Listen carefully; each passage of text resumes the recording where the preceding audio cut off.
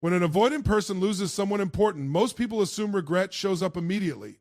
They imagine sleepless nights, emotional breakdowns, and an instant realization of what has been lost. But that's usually not how it happens. In fact, one of the most misunderstood realities of avoidant attachment is that the first emotion is often not regret at all. It's relief. That can sound shocking, especially to the person who was left behind. After investing time, energy, patience, and love into the relationship, it's difficult to imagine that the other person might initially feel lighter without it. But if you want to understand what happens later, you first have to understand what happens here. An avoidant individual often experiences emotional closeness differently than most people. While connection creates comfort for some, it can create pressure for others. The deeper the relationship becomes, the more vulnerable they are required to be. The more vulnerable they become, the more exposed they feel. And for someone who has learned, consciously or unconsciously, to associate vulnerability with danger, dependence with weakness, or intimacy with loss of control, closeness can begin to feel overwhelming. So when the relationship ends, something interesting occurs. The demands of emotional intimacy disappear. The difficult conversations disappear. The expectations disappear. The responsibility to be emotionally available disappears. And in that moment, what they experience is not the pain of loss. It's the absence of pressure. Psychologically, this makes perfect sense. Human beings are wired to seek relief from discomfort. If someone has spent months or years feeling internally conflicted about intimacy, distance can temporarily feel like a solution. The nervous system calms down. The tension fades. The relationship, which had become associated with emotional demands, is no longer triggering the same level of internal stress. This is why many avoidant individuals appear surprisingly calm after a breakup. It's not necessarily because they didn't care. It's not necessarily because the relationship meant nothing. It's because their attention is focused on what they escaped, not yet on what they lost. And that's an important distinction. People often mistake relief for healing. They are not the same thing. Relief is the removal of pressure. Healing is the resolution of the underlying issue. One is temporary. The other is transformational. An avoidant person may feel better in the short term because the relationship is gone. But the patterns that created the struggle remain exactly where they were. The fears remain. The emotional walls remain. The discomfort with vulnerability remains. Nothing has actually been solved, only postponed. This is where many people become confused. They see the avoidant moving on, appearing unaffected, living life as though nothing happened. They interpret this as proof that the connection was never meaningful. But appearances can be deceptive. Human beings are remarkably skilled at convincing themselves that immediate comfort equals long-term wisdom. We justify decisions based on what feels easiest in the moment. We tell ourselves stories that protect us from uncomfortable truths. We focus on the short-term benefit while remaining blind to the long-term cost. For a while, the avoidant may genuinely believe they made the right choice. The silence feels peaceful. The space feels liberating. The freedom feels empowering. Yet what they are experiencing is often the emotional equivalent of stepping out of a storm before realizing they left something valuable behind. Because the absence of pressure creates clarity for only a limited time. Eventually, life becomes quieter. The distractions become weaker. The emotional dust settles. And when that happens, a different kind of awareness begins to emerge. The mind that was focused on escape, slowly becomes capable of reflection. The person who is focused on freedom begins to notice absence. The relief that once felt so satisfying starts revealing its hidden cost. And that's when the next phase begins. Because sometimes the greatest loss is not felt in the moment you walk away. It's felt when you finally stop running and discover what was waiting for you all along. Relief may convince you that leaving was the answer. Time has a way of revealing whether it was merely an escape. Relief has a shelf life. That's the part few people talk about. In the beginning, distance feels like freedom. The avoidant feels lighter, less burdened, less emotionally exposed. The relationship is gone, and with it, the demands that once triggered discomfort. For a while, that seems like a victory, but time has a unique power. It changes the way we experience our decisions. What feels right in the heat of emotion often looks different in the calm that follows. And this is where something important begins to happen. The relief that once dominated the avoidance perspective slowly starts losing its intensity. The emotional noise that justified the separation fades into the background. The urgency disappears. The pressure disappears. And when pressure disappears, reality has room to enter.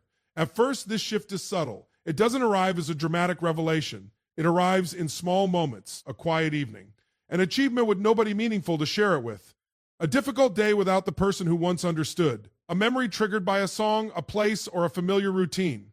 The avoidant may not immediately recognize what's happening. They simply notice an unfamiliar feeling, something that wasn't present during the initial period of relief. Absence, not the absence of conflict, the absence of connection. This distinction matters because human beings are not designed merely to avoid discomfort. We are also designed to seek meaning, belonging, and emotional security.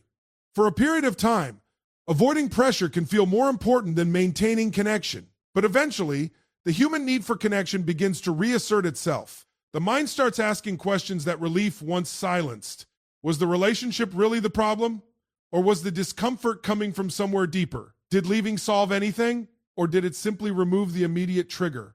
These questions are uncomfortable because they require self-examination. They challenge the narrative that escape automatically equals freedom. They force a person to consider the possibility that the relationship wasn't the source of all their emotional tension.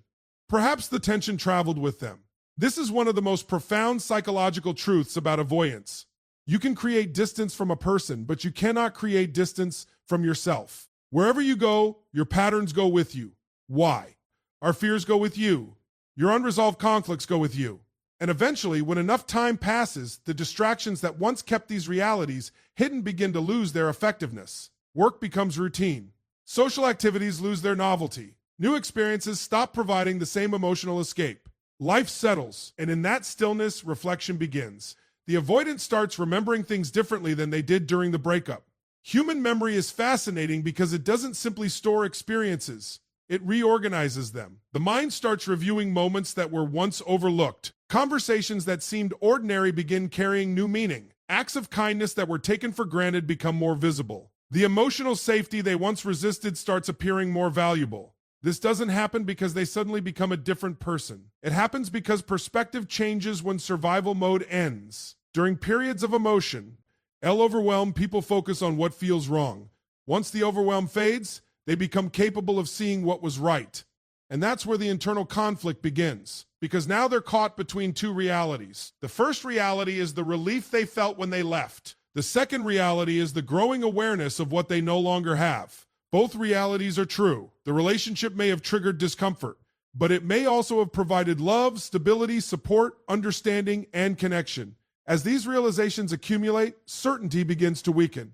The confidence they once had about leaving becomes less absolute. Questions replace conclusions. Reflection replaces avoidance. And perhaps most importantly, the person they left behind starts appearing less like a source of pressure and more like a source of value. This is the stage where reality quietly dismantles the stories avoidance once created. Not through force, not through punishment, but through awareness. Because awareness has a remarkable way of exposing what distraction conceals. Eventually, the avoidant comes face to face with a truth that can no longer be ignored. Escaping a relationship is easy. Escaping the consequences of that decision is something entirely different. And when reality finally replaces avoidance, the silence they once wanted begins to speak louder than any argument ever could. Time does what emotion cannot. It strips away the illusion and reveals the true cost of what was left behind. Once reality begins to replace avoidance, another transformation starts to unfold, one that is often far more powerful than people expect.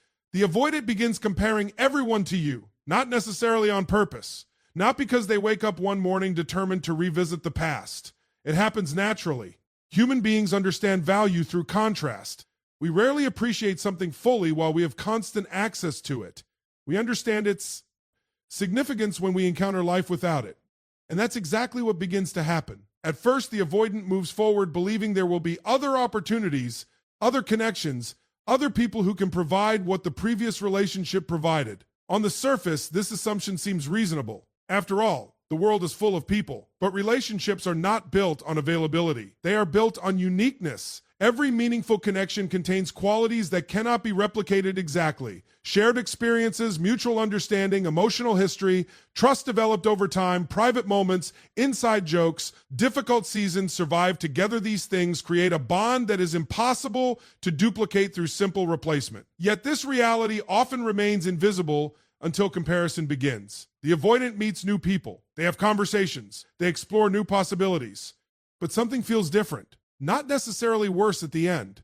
Rest. Just different. The emotional familiarity is gone. The sense of being deeply known is gone. The comfort that developed through years of shared experience is gone, and slowly, almost unexpectedly, memories begin filling the gap. This is where human psychology becomes fascinating. When people are overwhelmed by intimacy, they often focus on imperfections. Their attention naturally gravitates toward problems, frustrations, and sources of discomfort. But once distance removes the emotional pressure, the mind becomes free to process the relationship from a broader perspective. The flaws that once seemed enormous begin shrinking. The strengths that were overlooked begin growing. The avoidant starts remembering not just the moments that challenged them, but the moments that supported them. Your patience, your loyalty, your consistency, your willingness to stay during difficult times, the emotional safety you created, the understanding you owe, the effort you invested. Qualities that once blended into the background suddenly become impossible to ignore. Why? Because they encounter a profound truth about human relationships. What is common is rarely valued. What is rare is never forgotten. Many people assume they will easily find another person who communicates the same way, loves the same way, understands them the same way, or accepts them the same way. But life has a habit of challenging those assumptions. The deeper the connection was, the harder it becomes to recreate. Not because nobody else is valuable, but because value is not measured solely by individual qualities. It is measured by the unique combination of qualities that existed between two specific people. And no new relationship can instantly reproduce years of emotional investment. This realization often arrives gradually. The avoidant notices that new conversations lack depth. New connections feel less natural. New relationships require starting over. The emotional shortcuts that existed with you no longer exist. There is no shared language, no shared history, no foundation built through time. For the first time, they begin seeing the relationship through a different lens, not as a source of pressure, but as a source of richness. This shift creates an internal tension that can be difficult to escape, because now they are confronting a reality they previously avoided. They are realizing that what they lost was not merely a relationship. It was a relationship with a specific person, a person who brought a combination of strengths, qualities, and emotional experiences that cannot simply be replaced by someone new. And perhaps the most painful part of this realization is understanding how much of that value was invisible while it was available. This is one of life's recurring lessons. People often recognize significance after absence creates perspective. They understand loyalty after experiencing inconsistency. They understand understanding after experiencing misunderstanding. They understand emotional safety after encountering emotional distance. And they understand genuine connection after discovering how rare it truly is. By this point, the avoidant is no longer comparing you to others because they are stuck in the past. They are comparing others to you because reality has become impossible to ignore. They are beginning to see clearly what familiarity once concealed, and that clarity leads them toward an even deeper confrontation. Because recognizing your value is one thing. Understanding why they failed to recognize it when they had it is something else entirely. The moment someone starts comparing every new connection to what they lost, they are no longer searching for someone else. They are searching for the value they failed to appreciate. Once the avoidant begins recognizing your value, a much deeper challenge emerges. In many ways, this is the moment that determines everything that follows, because appreciating what was lost is one thing. Understanding why it was lost is another. Up to this point, the focus has largely been external. The relationship ended. Time passed. Comparisons began. New experiences created new perspectives. But eventually, there comes a moment when the avoidant can no longer focus exclusively on the relationship itself. Their attention turns inward, and that's where the real work begins. You see, as long as another person is present, it is often possible to redirect attention away from ourselves. We can focus on their mistakes, their flaws, their expectations, their behavior. We can tell ourselves stories about why things didn't work and why distance was necessary. But when enough time passes, and especially when the relationship is truly gone, those explanations start losing their power. The uncomfortable question begins to sue our face. What if the problem wasn't only the relationship? What if part of the problem was me? For many avoidant individuals, this is one of the most difficult questions they will ever face. Not because they lack intelligence, not because they lack self-awareness, but because avoidance itself is often a strategy designed to prevent painful emotional exposure. It protects a person from discomfort in the short term, but it also prevents them from confronting deeper truths. And eventually, those truths demand attention. This is where psychology and philosophy intersect in a fascinating way. Most people believe freedom means the ability to escape what makes them uncomfortable. But genuine freedom is the ability to face what makes them uncomfortable without running from it. There is a profound difference. An avoidant person may spend years believing that distance creates safety. That independence eliminates vulnerability. That emotional detachment protects. They came from disappointment. Yet, over time, reality reveals a hidden cost. Every wall that keeps pain out also keeps intimacy out. Every defense mechanism that prevents rejection also prevents connection. Every escape route that avoids vulnerability also avoids love. And suddenly, the pattern becomes visible. They begin noticing that the same struggles appear repeatedly. Different people, different relationships, different circumstances. Yet somehow the emotional outcome feels familiar. The discomfort with closeness returns. The urge to pull away returns. The fear of dependence returns. The instinct to create distance returns. At that point, something becomes impossible to ignore. The common denominator is not the relationship.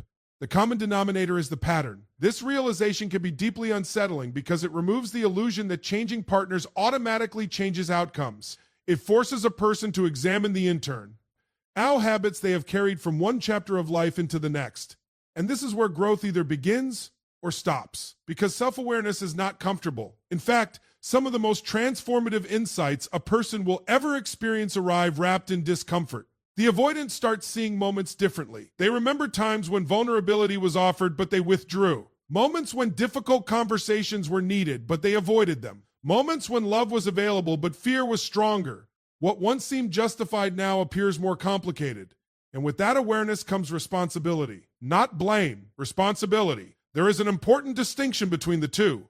Blame focuses on punishment. Responsibility focuses on ownership. Blame asks, who caused this? Responsibility asks, what can I learn from this? The most emotionally mature individuals understand that growth begins the moment responsibility replaque. Ease blame, because responsibility creates power. If your patterns contributed to the outcome, then changing those patterns can create a different future.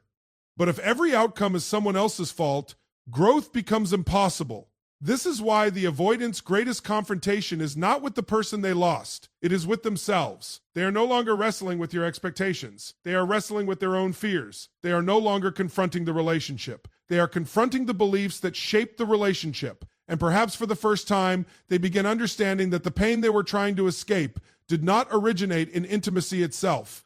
It originated in what intimacy revealed. Their fears, their insecurities, their unresolved emotional wounds. The very things they spent years trying not to face. This is the paradox of human growth. The obstacle we spend the most energy avoiding often contains the lesson we need the most. And when that lesson finally becomes clear, the avoidant stands at a crossroads. One path leads back to old patterns. The other leads toward transformation. Because the moment a person stops running from themselves is the moment they finally become capable of becoming someone new. The greatest loss is not losing someone you love, it is discovering that your own fears helped you lose them. Once self-awareness begins to surface, something else quietly enters the picture. The focus starts shifting outward again, but this time, it's not about new people or old comparisons. It's about you. Your growth becomes impossible to ignore. And this is where the emotional impact of loss often reaches its peak. Because nothing accelerates realization more than witnessing transformation in the person you once took for granted. At first, the avoidant may not seek out information about you intentionally. But in today's world, distance is not complete. There are two ACEs everywhere: social media updates, mutual connections, indirect glimpses of your life moving forward. Even without actively searching, signals reach them. And those signals begin to tell a story. You are not standing still. You are not waiting. You are not frozen in the emotional state they left you in. Instead, you are evolving, and that evolution carries psychological weight. Because when someone leaves a relationship, there is often an unconscious narrative they hold on to justify the separation. They might tell themselves the relationship was too heavy, too complicated, too emotionally demanding, or simply not aligned. These narratives create internal consistency. They make the decision feel stable. They reduce cognitive dissonance.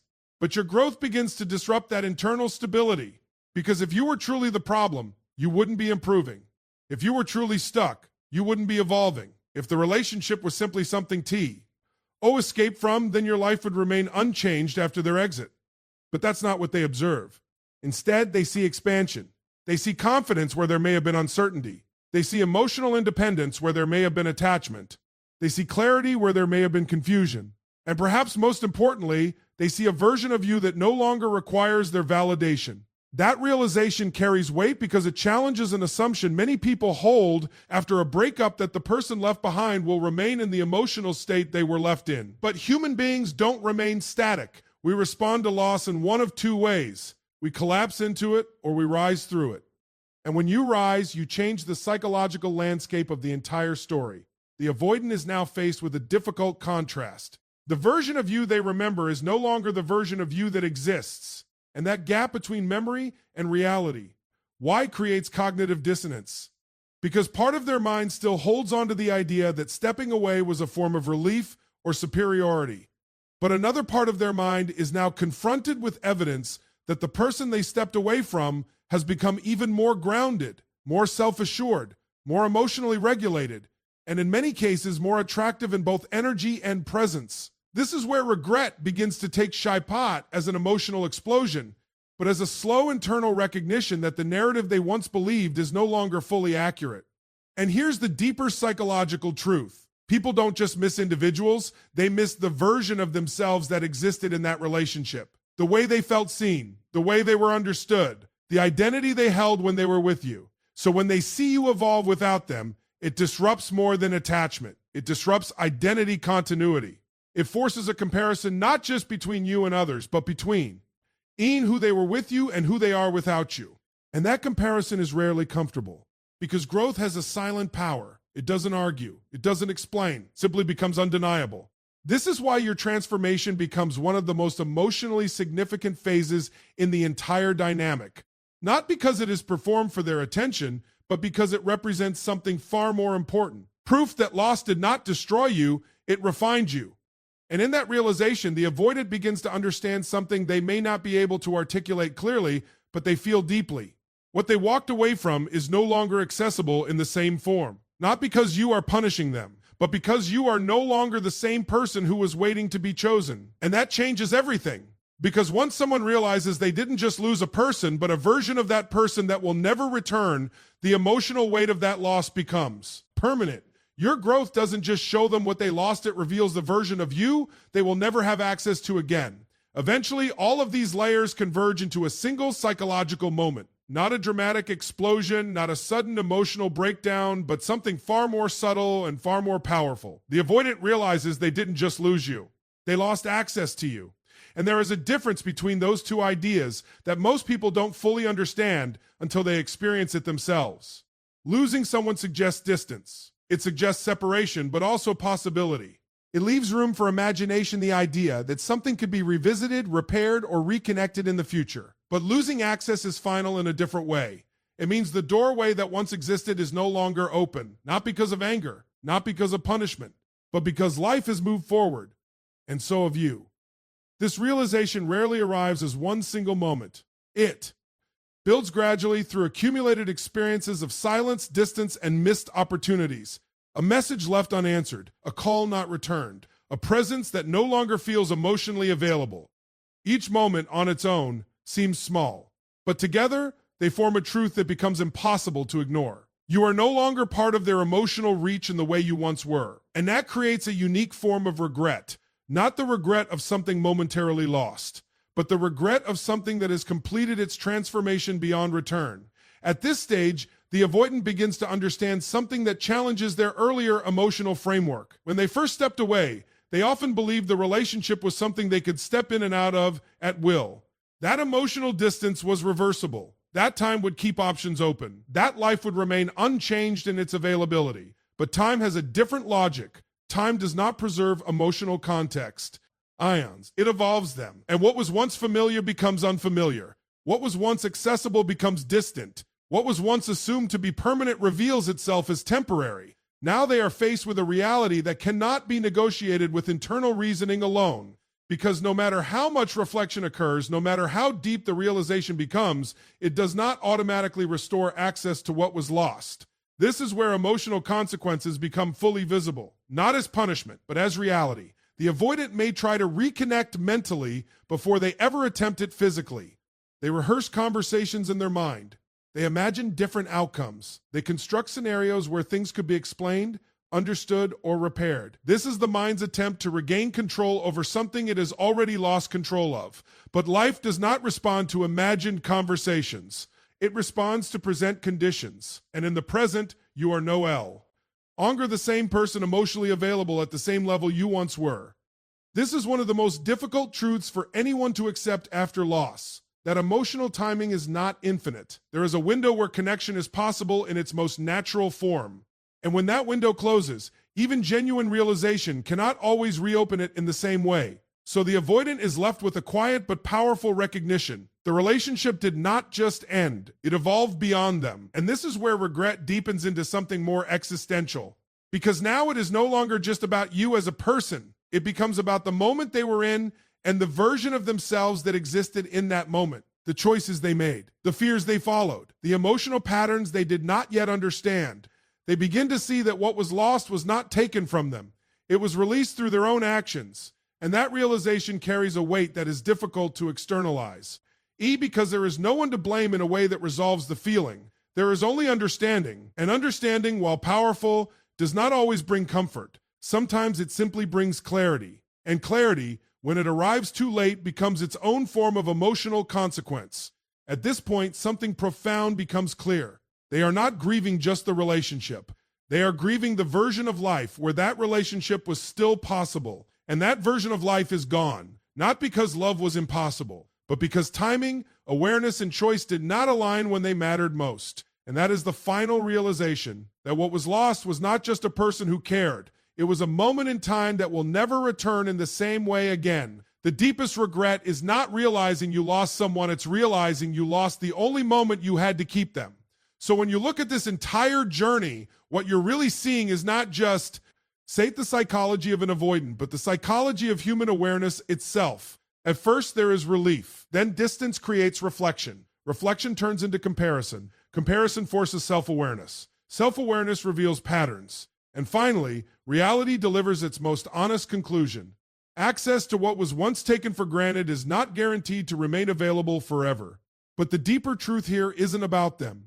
It's about understanding how easily value can be misread in real time. We don't always recognize what something means while we're inside of it. We often confuse emotional discomfort with incompatibility, and we mistake temporary relief for long-term clarity. But time has a way of correcting perception. It removes the emotional noise and leaves only truth behind. And truth is simple. Anything meaningful in life requires presence, responsibility, and emotional courage. When those things are avoided, connection doesn't just weaken, it transforms into distance that cannot always be undone. So the real question is not what they realized after losing you. The real question is what you realize now about how quickly value can be overlooked when comfort is prioritized over connection. Because in the end, life doesn't punish people for leaving. It simply reveals what they were willing or unwilling to understand when it mattered most. And by the time understanding arrives, the opportunity is no longer something you chase, it's something you remember.